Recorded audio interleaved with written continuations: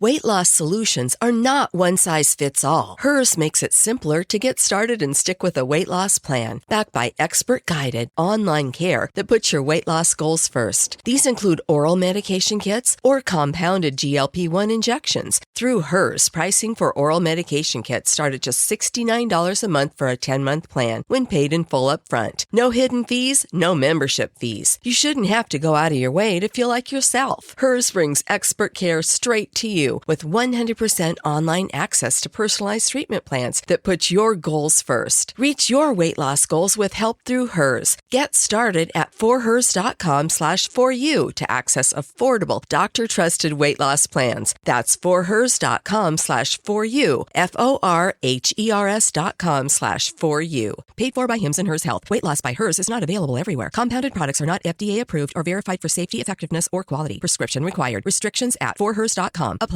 All right, let's get into it. Another deep dive. And today we are going to be talking about a game that a lot of you requested, Chargers and Falcons. And I think a lot of you requested this one because, on the surface, it just seemed like a really interesting clash of styles. Yeah. Kind of like a classic, like a smash mouth football versus air raid offense. So are you ready to dive into this one? Yeah, absolutely. This is a great one to break down because it really highlights how the game is evolving at the NFL level. Yeah. You've got the Falcons coming in, like you said, with that old school, ground and pound, run heavy, control the clock mentality.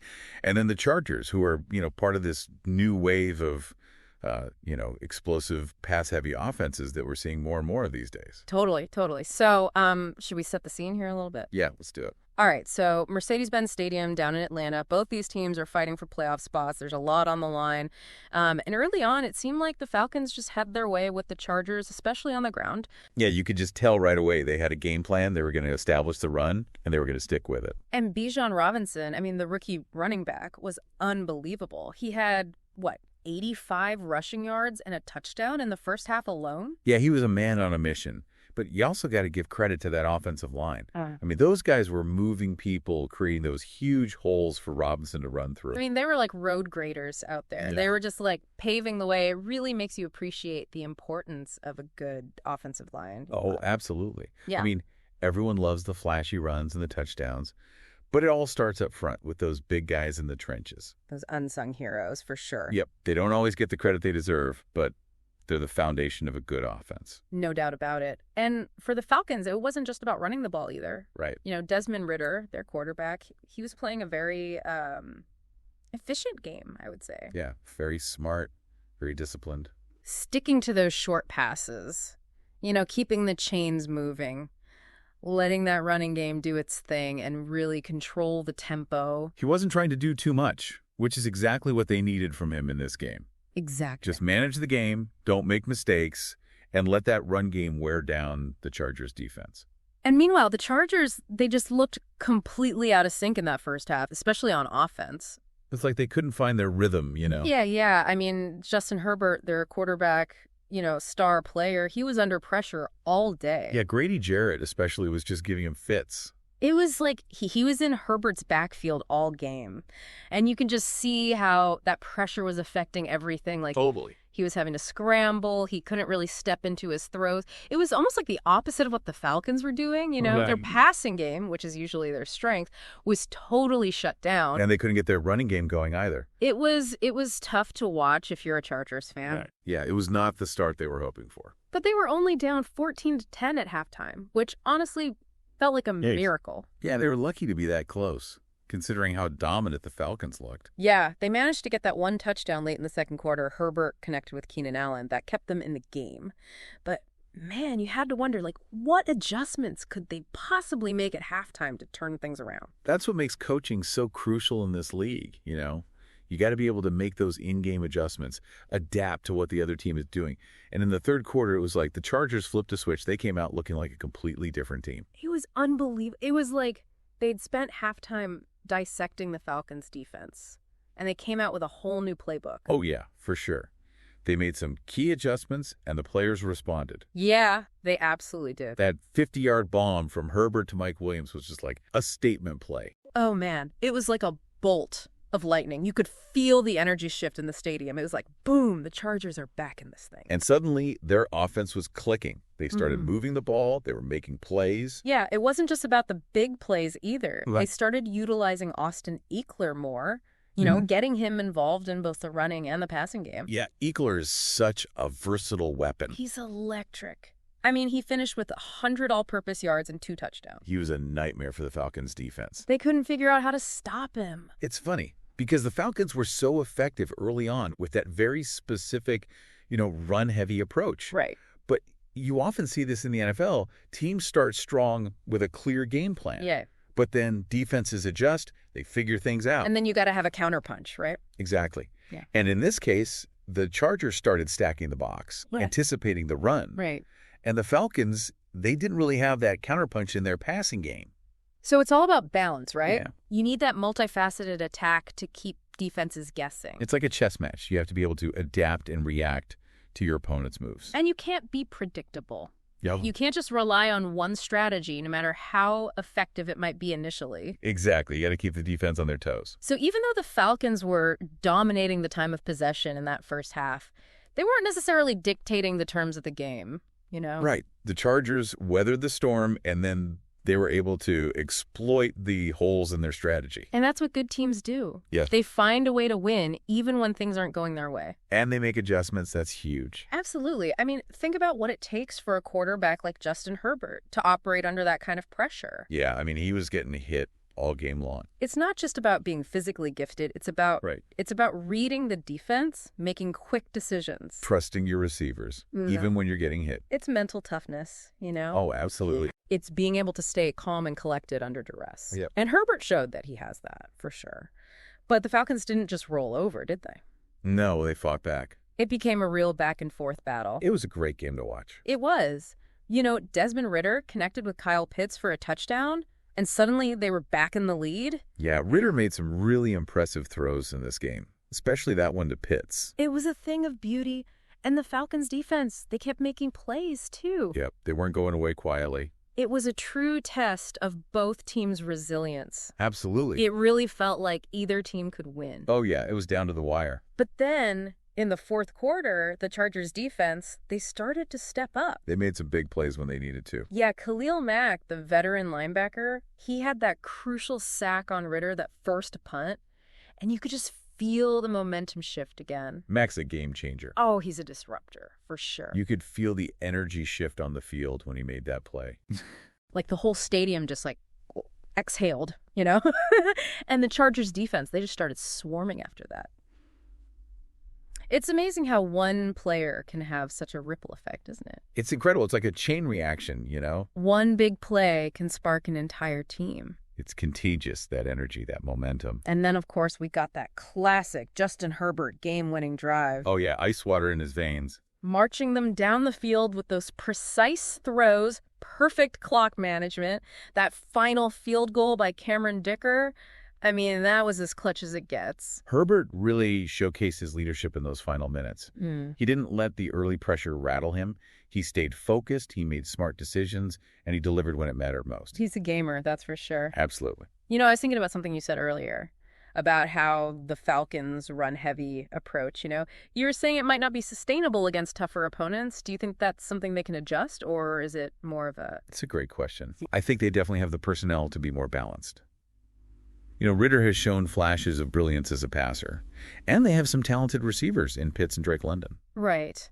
But isn't there also an argument to be made for sticking to your strengths, you know? Yeah. They've built this dominant running game. Maybe that's their best path to success, even if it's becoming less common in today's NFL. I think it's about finding the right balance. They don't have to abandon the run, but they need to create more options, more unpredictability. If they become too one-dimensional, opposing defenses will figure them out. And that could limit their potential. So it's about maximizing your strengths while minimizing your weaknesses. Exactly. And for the Falcons, that means developing a passing attack that complements their running game. Right, not just relying on it as their sole source of offense. This conversation really makes you appreciate how much strategy goes into every game, you know? It's crazy, right? It's like a giant chessboard out there, with coaches constantly trying to outmaneuver each other. And the players are the pieces on the board. Each with their own unique abilities and roles to play. That's what makes the NFL so fascinating. It's a constant battle of wits, athleticism, and execution. You know, speaking of individual players, I want to circle back to Khalil Mack. You mentioned earlier how one player can have a ripple effect, and his impact on the Chargers defense was undeniable. Mack is a fascinating case study in veteran leadership. Right.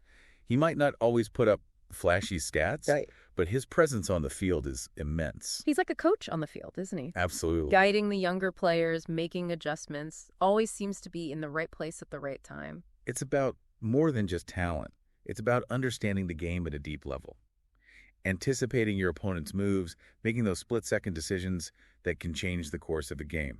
His experience and football IQ are invaluable assets to the Chargers defense. It's like having an extra coach out there. Absolutely. He's a leader, a mentor, and a true difference maker. You know, this game got me thinking about a question I've been pondering lately. How do you think this emphasis on mobile quarterbacks is impacting the way teams evaluate and draft quarterbacks in the future? That's a great question. It seems like we're seeing more and more quarterbacks who can not only make plays with their arms, but also create havoc with their legs, you know? Guys like Lamar Jackson, Jalen Hurts, even Justin Fields, they're changing the way the game is played. They are. It's a whole new dimension to the quarterback position. It's forcing defenses to rethink their strategies, and it's adding a whole new dimension to offensive play calling. And to your point, it's definitely influencing how teams scout and evaluate quarterbacks. So do you think this trend will continue, or is it just a passing fad? What does it mean for teams that have invested in more traditional passers, like the Chargers with Herbert? It's a fascinating debate. On the one hand, the NFL has always been a cyclical league. Right. What's popular one year might be out of favor the next. Right. But on the other hand, this shift towards mobile quarterbacks seems to be more than just a trend. It feels like a fundamental shift in the way the position is played. Yeah. Teams are realizing that having a quarterback who can make plays with his legs creates so many more options, so much more unpredictability. Yeah. It's a nightmare for defenses. And to your point about the cyclical nature of the NFL, we saw in this game how effective a traditional pocket passer like Herbert can be. Right. He might not be as mobile as some of those other quarterbacks, but he's incredibly accurate, has a strong arm, and he can dissect defenses with his mind. He's a classic pocket passer, and there's still a place for that in the NFL. Definitely. It's a reminder that there's no one-size-fits-all approach to building a successful team in the NFL. You need to find the right players for your system, the right coaches to develop them, and the right strategies to maximize their potential. It's all about finding the right pieces of the puzzle and putting them together in the right way. And maybe that's the biggest takeaway from this game. It's not just about who won or lost. It's about the different approaches, the strategic battles, the individual performances that make the NFL so compelling. Every game is a story, a microcosm of the larger narrative that unfolds throughout the season. And it's our job as analysts, as fans, to unpack those stories, to explore the nuances, and to appreciate the complexities of this beautiful game. Well said. But before we wrap up, I have to ask you about something that's been on my mind lately. The impact of analytics on the game. It seems like every year we hear more and more about how data is influencing everything, from play calling to player evaluation. Where do you stand on this whole analytics movement? It's definitely a hot topic, and one that sparks a lot of debate within the NFL community. Oh, yeah. Some people embrace the analytical approach. They see it as a way to gain a competitive edge. They believe that data can provide valuable insights that might not be obvious to the naked eye. I can see that. Then there are those who are more skeptical. They argue that over-reliance on analytics can lead to overly conservative decision-making and take away from the art of coaching. Yeah, that makes sense. I can see both sides of the argument. Yeah, it's a complex issue. Data can be a powerful tool, but you can't just rely on numbers alone. There's still a human element to the game, instinct, intuition, experience, that can't be quantified. I think the key is to find the right balance. Use analytics as a tool to inform your decisions, but don't let it dictate your every move. Yeah. The best coaches and organizations will find a way to blend the analytical approach with their own experience and instincts. To use data to identify trends and patterns, but they'll also trust their gut and their knowledge of the game. Exactly. It's like any tool. Yeah. It can be used for good or for bad. Exactly. It all depends on the person wielding it. It's about using data to enhance your understanding of the game, not to replace it. And this whole discussion about analytics actually ties in quite nicely with the game we've been analyzing today. we saw the Falcons, a team that relies heavily on a traditional run-first approach, struggle against the Chargers, a team that embraces a more modern, pass-heavy, analytics-driven style of play. It's a microcosm of the larger debate happening within the NFL. Is the old-school way of playing football becoming obsolete? Or is there still a place for those fundamental principles, even in today's data-driven world? It's fascinating to watch it all unfold, isn't it? The NFL is constantly evolving, and this clash between tradition and innovation is just one of the many storylines that makes this league so captivating. And it's a story that will continue to unfold in the weeks and months to come. As we head into the final stretch of the season, we'll see which teams can adapt, which teams can innovate, and which teams can find that delicate balance between data and intuition. And we'll be here to break it all down for you right here on The Deep Dive. Now, before we move on to our final thoughts and predictions, let's take a quick moment to recap the key takeaways from this Chargers-Falcons matchup. What are some of the things that stood out to you? I think for me, the biggest thing that jumped out was, just how important those in-game adjustments were. Yeah. I mean, the Chargers were getting dominated in that first half. Yeah, they were. And then they come out after halftime looking like a completely different team. Right. Totally. And that's coaching. Yeah, it's coaching. Plain and simple. Mm-hmm. They identified what wasn't working. Yeah. Made adjustments, put their players in a position to succeed. And the players got to execute those adjustments, too. Oh, yeah, for sure. Yeah. You got to give the players credit, too, for being able to adapt on the fly like that. Exactly. And on the Falcons side, we saw how that strong running game, it can be so effective, but also how it can become a liability if you don't have that balance, on offense. Right. You can't be one-dimensional. It's like anything else in life, you need diversity. Yeah. You can't just rely on one thing. You need multiple options, multiple approaches to be truly successful. Multiple tools in the toolbox. Exactly. So as we look ahead here, what are some of the key storylines you'll be watching for with these two teams? What do they need to do to improve and make a push for the playoffs? Well, for the Falcons, it's all about finding that balance we keep talking about. Yeah. They have a dynamic running back in Bijan Robinson. Yeah, he's special. But they need to develop that passing game to keep defenses honest. But isn't a strong running game still valuable in the playoffs, though? Yeah. Especially in bad weather conditions. It seems like a lot of teams abandon the run when they should stick with it. That's a good point. Right. And it's definitely something to consider. But even in bad weather, you still got to be able to throw the ball effectively. Yeah.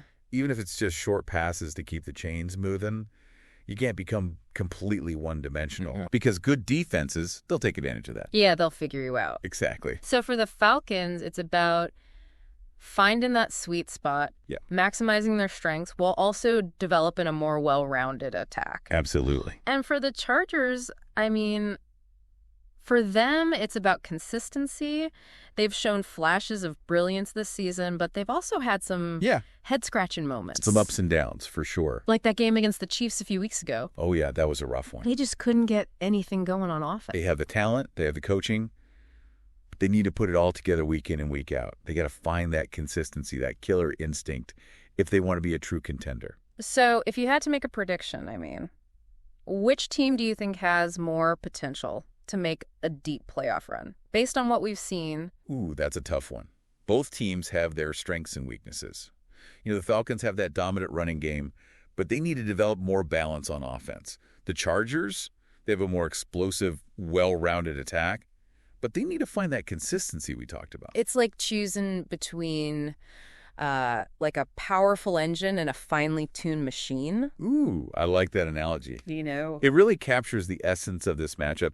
And honestly, I think it could go either way. If the Falcons can find that offensive balance and the Chargers can play up to their potential, they could both be dangerous teams in the playoffs. I guess that's why we love the NFL, right? It's unpredictable, it's exciting, and you never know what's going to happen next. This game really was a microcosm of the league as a whole. It really was. It had everything you could ask for. Strategic battles, individual brilliance, a nail-biting finish. It also gave us a glimpse into some of the larger trends shaping the NFL today. The rise of mobile quarterbacks, the increase in influence of analytics, that ongoing debate between tradition and innovation. It's funny. I was just thinking about something you said earlier about how the NFL is constantly evolving. It's like a living organism, always adapting, always changing. And that's what makes it so fascinating to follow. You're never really done learning, are you? Never. There's always something new to discover, some new wrinkle to analyze, some new trend to dissect. And that's what keeps us coming back for more. Exactly. And that's what we try to do here on the Deep Dive. To go beyond the surface, to explore the nuances, to share our insights with you. It's about more than just watching the games. It's about understanding them, appreciating them, engaging with them on a deeper level. So as we wrap up this episode, we want to leave you with one final thought. Don't just be a spectator. Be an active participant in the NFL experience. Pay attention to the details, ask questions, challenge assumptions, and don't be afraid to dive deep into the fascinating world of professional football. And most importantly, have fun. That's right. The NFL is a game, and games are meant to be enjoyed. So, whether you're a diehard fan or a casual observer, we hope you enjoyed this deep dive into the Chargers-Falcons matchup. Until next time, keep learning, keep exploring, and keep diving deep. Today is your lucky day. Today is the day that our $3 website works for you, paying you directly to your PayPal daily. Imagine $3 ongoing continuous payments to your PayPal account. Imagine falling asleep and waking up to $300 in your PayPal account. How would this make you feel? How could this help you? What bills could you pay? What kind of fun could you have? What does that retirement look like now? All for a one-time payment of $3. This website is DFY done for you, fully built and completely hosted, and never stops collecting payments for you. You have spent $3 on coffee on a regular, but that coffee won't help you create multiple streams of income. Click the link below.